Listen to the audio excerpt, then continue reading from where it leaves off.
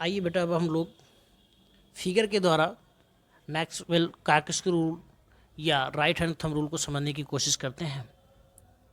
इस रूल के अकॉर्डिंग अभी जस्ट हमने जो है आपने देखा बोर्ड पे लिखा गया कि if we hold a current carrying wire in our right hand, यदि हम किसी करंट कैरिंग वायर को अपने राइट हैंड में पकड़ें, जैसा कि फिगर में दिखाई दे रहा है पकड़ा गया है, और वहाँ पे एडजस्टमेंट आपको इस तरीके से करना है कि आपका थंब अपर डायरेक्शन में रहे, और वो थंब आपका अपर डायरेक्शन होने की वजह से अगर करंट आपकी किसी उस करंट कैरिंग वायर में अपर डायरेक्शन में फ्लो हो रही, जैसा कि फिगर में शो किया गया है, ये आपका क्या है, थंब है।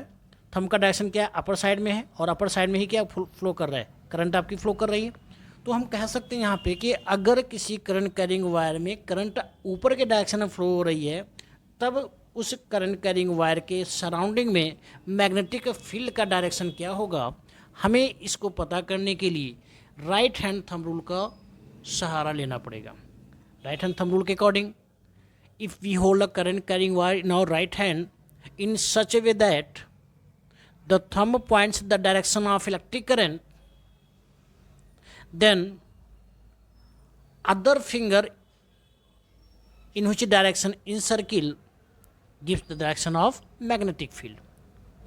ऐसा बताया गया राइट हैंड थंब रूल में कि अगर हम किसी करंट कैरिंग वायर को अपने राइट हैंड में पकड़ें और इस तरीके से एडजस्ट करें कि करंट के डायरेक्शन को हमारा थंब शो करे, तो बाकी की सभी उंगलियां, जैसा कि फिगर में आप देख पा रहे होंगे, ये सभी उंगलियां, बाकी की सभी उंगलियां जिस डायरेक्शन में मुड़ी हुई हैं, आप देख पा रहे होंगे कि ये जो डायरेक्शन बन रहा है, ये डायरेक्शन क्या है, direction of magnetic field. Magnetic field को हम कैपिटल बी से डिनोट करते हैं बेटा। तो बाकी सभी उंगलियां जिस डायरेक्शन में मुड़ी होंगी, वो बताया जाएगा हमारा डायरेक्शन ऑफ मैग्नेटिक फील्ड। तो यहाँ पे देखिए मैग्नेटिक फील्ड का डायरेक्शन बताया गया है, ये डायरेक्शन आपका इधर से शो हो रहा है, इधर से डायरेक्शन जा करके ऐसे, ठीक है ना, फिर यहाँ से जा कर के डायरेक्शन इस तरीके से। तो ये जो डायरेक्शन बन रहा है डायरेक्शन ऑफ। आइए बेटा, अब हम लोग फिगर के द्वारा मैक्सवेल कार्कस रूल या राइट हैंड थंब रूल को समझने की कोशिश करते हैं। इस रूल के अकॉर्डिंग अभी जस्ट हमने जो है आपने देखा बोर्ड पे लिखा गया कि if we hold a current carrying wire in our right hand, यदि हम किसी करंट कैरिंग वायर को अपने राइट हैंड में पकड़ें, जैसा कि फिगर में दिखाई दे रहा है पकड़ा गया है, और वहाँ पे एडजस्टमेंट आपको इस तरीके से करना है कि आपका थंब अपर डायरेक्शन में रहे, और वो थंब आपका अपर डायरेक्शन होने की वजह से अगर करंट आपकी किसी उस करंट कैरिंग वायर में अपर डायरेक्शन में फ्लो हो रही, जैसा कि फिगर में शो किया गया है, ये आपका क्या है, थंब है। थंब का डायरेक्शन क्या है, अपर साइड में है, और अपर साइड में ही क्या फ्लो कर रहा है, करंट आपकी फ्लो कर रही है। तो हम कह सकते हैं यहाँ पे कि अगर किसी करंट कैरिंग वायर में करंट ऊपर के डायरेक्शन में फ्लो हो रही है, तब उस करंट कैरिंग वायर के सराउंडिंग में मैग्नेटिक फील्ड का डायरेक्शन क्या होगा, हमें इसको पता करने के लिए राइट हैंड थंब रूल का सहारा लेना पड़ेगा। राइट हैंड थंब रूल के according, if we hold a current carrying wire in our right hand in such a way that the thumb points the direction of electric current, then other finger in which direction encircle gives the direction of magnetic field। ऐसा बताया गया right hand thumb rule में कि अगर हम किसी current carrying wire को अपने राइट हैंड में पकड़ें और इस तरीके से एडजस्ट करें कि करंट के डायरेक्शन को हमारा थंब शो करे, तो बाकी की सभी उंगलियां, जैसा कि फिगर में आप देख पा रहे होंगे, ये सभी उंगलियां, बाकी की सभी उंगलियां जिस डायरेक्शन में मुड़ी हुई हैं, आप देख पा रहे होंगे कि ये जो डायरेक्शन बन रहा है, ये डायरेक्शन क्या है, direction of magnetic field. Magnetic field को हम कैपिटल बी से डिनोट करते हैं। तो एक्सपेरिमेंट क्या था भैया, एक्सपेरिमेंट ये था कि सिंपल सा उन्होंने एक वायर लिया, ठीक है, और वायर का कनेक्शन किससे किया, बैटरी से,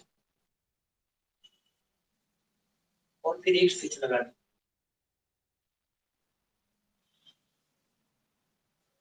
ठीक है ना, दिखाई दे रहा है, ये बैटरी का प्लस हो जाएगा, ये बैटरी का माइनस हो, यहाँ पे स्विच ऑन की कंडीशन में है, हमने डायरेक्टली स्विच ऑन की कंडीशन में रखा, मान लीजिए कि स्विच ऑफ की कंडीशन होता है, ठीक है, स्विच अपना स्विच लगा,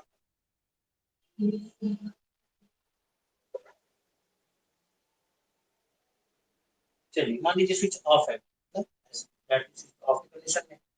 अगर हम इसके पास में कैपेसिटर ले जाए, तो कैपेसिटर का डायरेक्शन मान लीजिए ये नॉर्थ है, ये साउथ, ठीक, हम देखते हैं कि कंप्रेशन का डायरेक्शन क्या नॉर्थ साउथ डायरेक्शन लगातार बना हुआ है, लेकिन जैसे ही यहाँ पे इस स्विच को ऑन की कंडीशन रखते हैं, ठीक है ना, तो जोड़ने का मतलब क्या होगा, आपने इलेक्ट्रिसिटी चैप्टर में पढ़ा होगा, ये वर्ड आता है ना रियोस्टेट, नाम सुना होगा, ठीक है ना, रियोस्टेट नाम सुना होगा।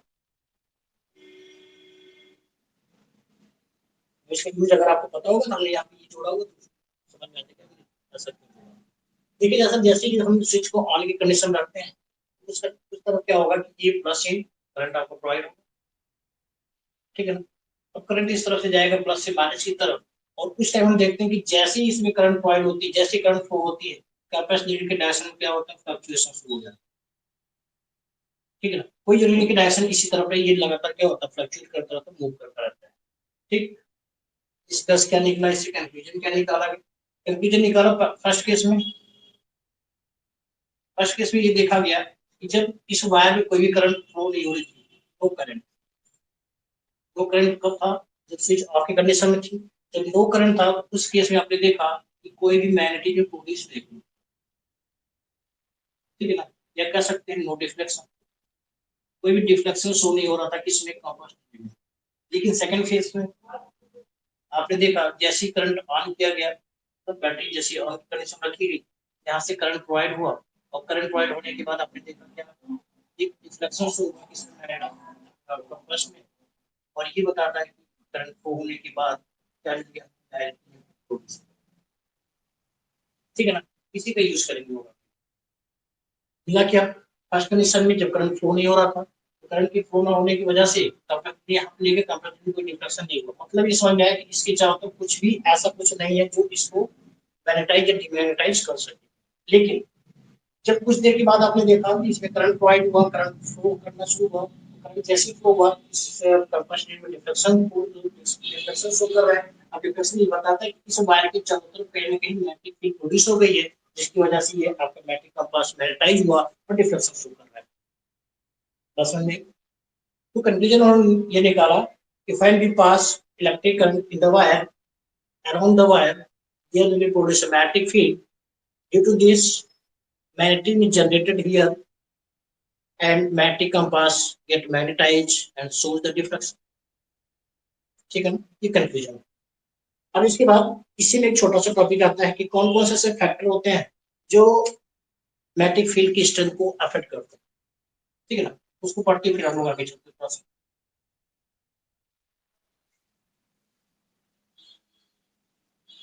पहला फैक्टर हुआ factor affects strength of magnetic field.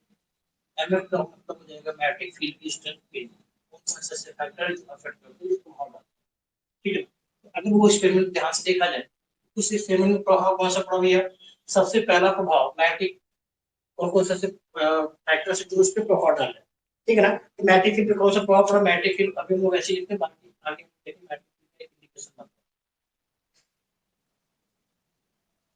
है। डायरेक्ट को क्वेश्चन कब होगा, देखिए जब पहले कंडीशन जब हमने करंट को ऑन नहीं किया था, जब करंट ऑन नहीं हुआ था तो वहां पे मैग्नेटिक फील्ड प्रोड्यूस नहीं हुआ था, लेकिन जब करंट ऑन किया गया तो मैग्नेटिक फील्ड प्रोड्यूस हो गया, मतलब magnetic field directly proportional to the electric current, ठीक है ना।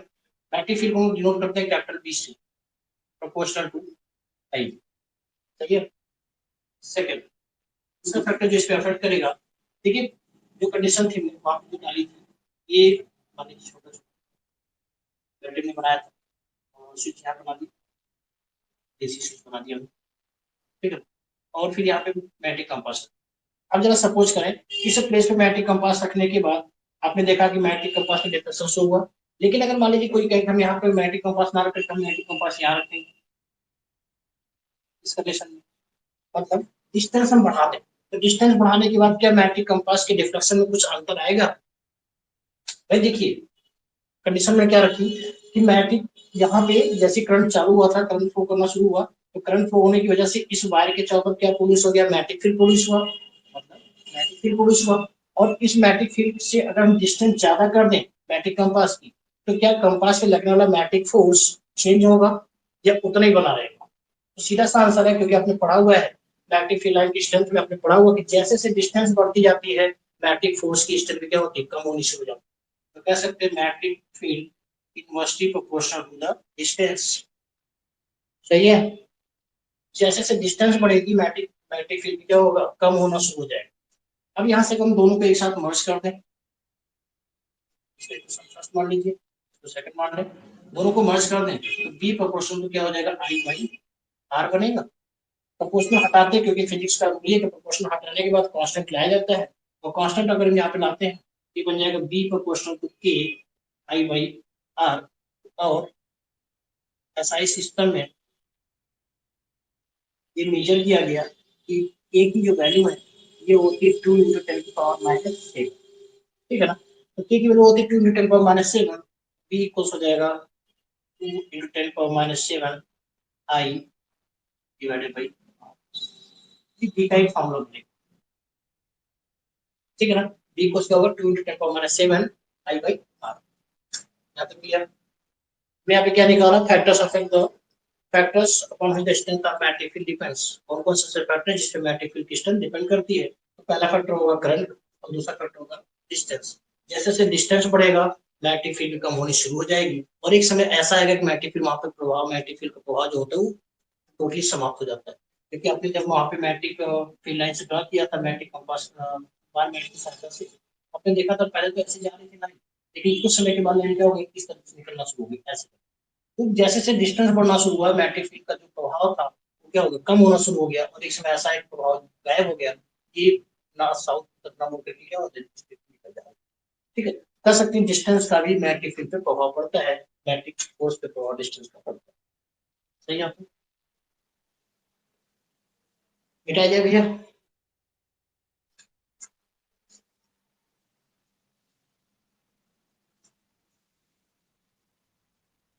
अगर ये हो गया तो मिटाया जाए, आदेश करें आपको। चलिए हो गया।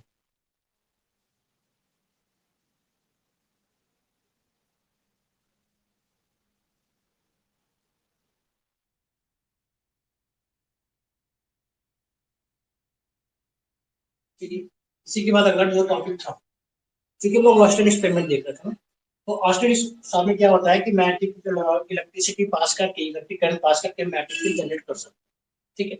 बट थोड़ा सा उन्होंने एक दिमाग और लगाया, एक कार्डबोर्ड लिया, ये कार्डबोर्ड बड़ा जरूरी है। सफेद कार्डबोर्ड अगर आपने पीछे से बोली तो हो सकता है।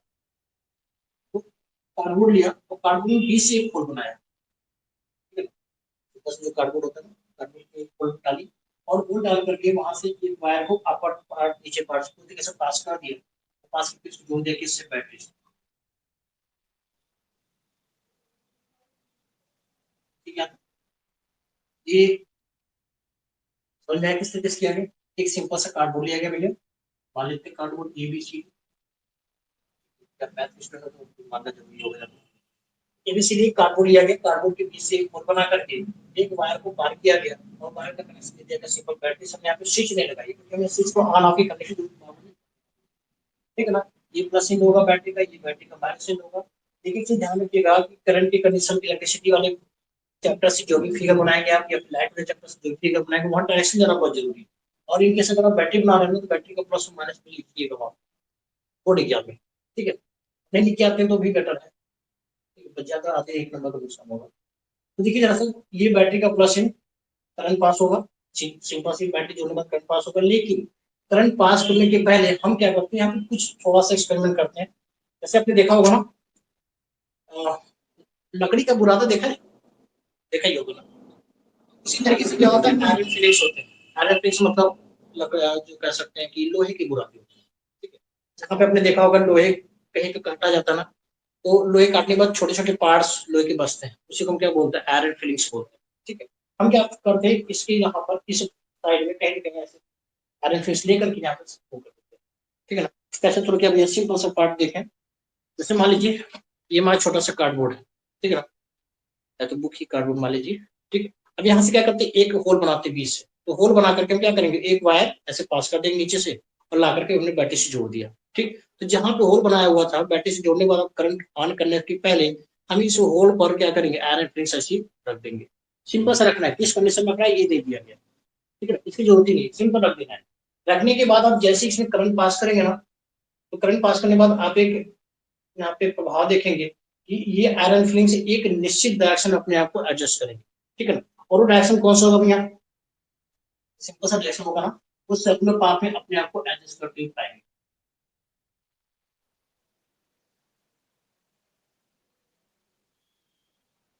ठीक है, अब देखेंगे आयरन फिलिंग सब क्या हो गया, इस तरीके से अपने आप को एडजस्ट कर लिया। क्लियर आपको, एडजस्ट करने का मतलब क्या हुआ, यहाँ पर कहीं ना कहीं मैग्नेटिक प्रोड्यूस हुआ, मैग्नेटिक फील्ड प्रोड्यूस हुआ, जिस वजह से आयरन फिलिंग्स को मैग्नेटिक फील्ड ने क्या किया, मैग्नेटिक फोर्स लगा करके अट्रैक्शन दिया, और इस वजह से ये क्या हो गया, एक निश्चित पाथ में अट्रैक्ट हो गया। यहाँ तक क्लियर। अभी मन में जिज्ञासा बनी कि अगर हम यहाँ पे मैग्नेटिक फील्ड प्रोड्यूस हुआ, हम ये मान रहे हैं मैग्नेटिक फील्ड प्रोड्यूस होगा, तो मैग्नेटिक फील्ड में मैग्नेटिक फील्ड लाइन भी जनरेट हुई होगी, और मैग्नेटिक फील्ड अगर यहाँ पे जनरेट हुई है तो मैग्नेटिक फील्ड का डायरेक्शन क्या होगा, ठीक है ना। तो ये सपोज किया कि बी भी डायरेक्शन ऐसे भी हो सकता है, ये इस तरीके से जा रहा हूँ ना, और ऐसे भी मान सकते हैं कि डायरेक्शन ऐसे भी हो सकता है, मतलब इस तरफ से डायरेक्शन भी हो सकता है, मतलब डायरेक्शन इधर से भी हो सकता है, तो डायरेक्शन क्या होगा, इधर से भी हो सकता है, दोनों तरफ डायरेक्शन हो सकता है। अब इसका पता कैसे लगाया गया, यहाँ पर जहाँ पे मैग्नेटिक कंपास अपने आपको एडजस्ट किए हुए थे, उसी जगह पर क्या किया गया, कंपास नीचे ला करके रखा गया। ठीक, कंपास नीचे का बहुत बड़ा यूज था, अभी भी है, तो मेनली लैब पर्पज में ही इसका यूज करते हैं, ठीक है ना। तो कंपास नीचे यहाँ पे ला करके रखा गया, और नेडिल ही बता देगा कि किस तरफ नॉर्थ होगा किस तरफ साउथ होगा, क्योंकि नेडिल की डायरेक्शन ये हमेशा नॉर्थ से साउथ ही होगी। ठीक है, मान लीजिए ये बता दिया नॉर्थ से साउथ, ठीक, मतलब इस तरफ से गया और इस तरफ से आ गया, बात समझ आ गई, नॉर्थ से साउथ डायरेक्शन अच्छा समझ इनके समान आ गया, ये कंफर्म नहीं, ठीक है। क्लियर हम तभी बता सकते हैं जब कोई लॉ बनाया जाएगा, रूल बनाया जाएगा, रूल के हिसाब से डिफाइन करेंगे, क्योंकि ये ऑस्टिन साहब का एक्सपेरिमेंट था, वो करते गए और क्या क्या उन्होंने निकाला, ये कंफ्यूजन निकाला, ठीक है ना। अब भी ये सोचा गया कि देखा गया कि इस बारे में जो करंट जा रही है ना, तो करंट किस तरफ जा रही है, नीचे की तरफ जा रही है, कभी कभी ऐसा भी होगा कि करंट ऊपर की तरफ भी जा सकती है, ठीक है। जब करंट ऊपर की तरफ जाएगा तो वहां पे मैग्नेटिक कंपास हम रख करके किस तरीके से डायरेक्शन निकालेंगे, और दोनों को अलग अलग करने की क्या जरूरत, हम एक ही में अगर समराइज कर दें तब कैसा रहेगा, ठीक, यहाँ पे फिगर समझ में आया। अब देखिए इसी फिगर को थोड़ा सा मॉडिफाई किया गया, मॉडिफाई क्या करेंगे, कार्डबोर्ड सेम, ठीक है ना। पहले वाले केस में क्या किया था भैया, बताते हैं, हमने क्या किया, एक सिंपल सा कार्डबोर्ड था, एक ही तरफ ने होल बनाया था ना, अब जो होल बना करके जो आपने वायर निकाला हुआ था, ठीक है, एक होल यहाँ बनाया और एक होल यहाँ बना दीजिए, दो तरफ होल, और जो वायर निकला हुआ था ना उसी वायर को इस होल में डाल करके नीचे बैटरी से जोड़ दीजिए, ठीक है, कैसा होगा आपको, सिंपल सा कार्डबोर्ड, ठीक, यहाँ से होल बनाया आपने, साइड से होल बनाया, सही है। अब उसके बाद क्या करेंगे, कुछ ऐसा बना देंगे, ठीक, और ये नीचे से आकर के मान लीजिए बैटरी से जोड़ दिया, ऐसा समझिए, समझ में आ रही, तो समझ में आ रहा भैया। हमने क्या किया, उसको थोड़ा सा मॉडिफाई किया, मॉडिफाई करने के मतलब क्या होगा, अब ये जो शेप बन रहा है ना, कैसा शेप बन रहा है, ये बताएगा, शेप कैसा बन रहा है ऊपर वाला, लाइक एज ए सर्कुलर वो बन रहा है ना, डबल किसी रूप का अपना एक वर्ड, अपना एक मतलब होता है, इसका मतलब जब खुद ही तक समझ जाए, ठीक है, लेकिन ऐसा वायर एक ही था, ठीक है ना, उसी वायर को हमें क्या किया, फोल्ड करके सर्कुलर रूप टाइप का बना दिया, इस कंडीशन में क्या होगा, अब यहाँ से अगर देखा जाए, क्योंकि बैटरी का ये क्या है, ये इन प्लस में है, ये इन माइनस में है, करंट आपको कुछ ऐसा जाएगा,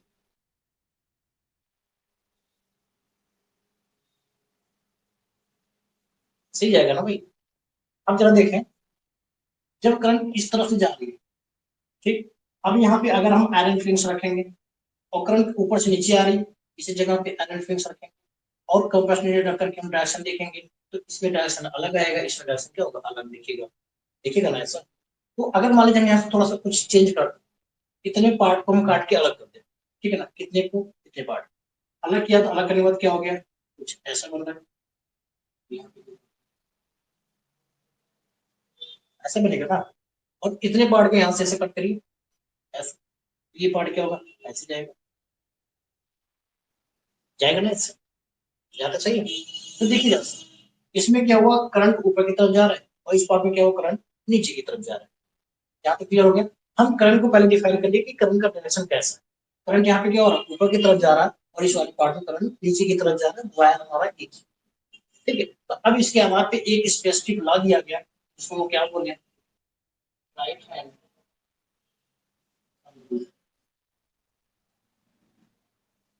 ठीक है ना, इसका नाम दिया गया राइट हैंड थंब रूल, या इसी को बोला गया, एक और नाम से बोला जाता है।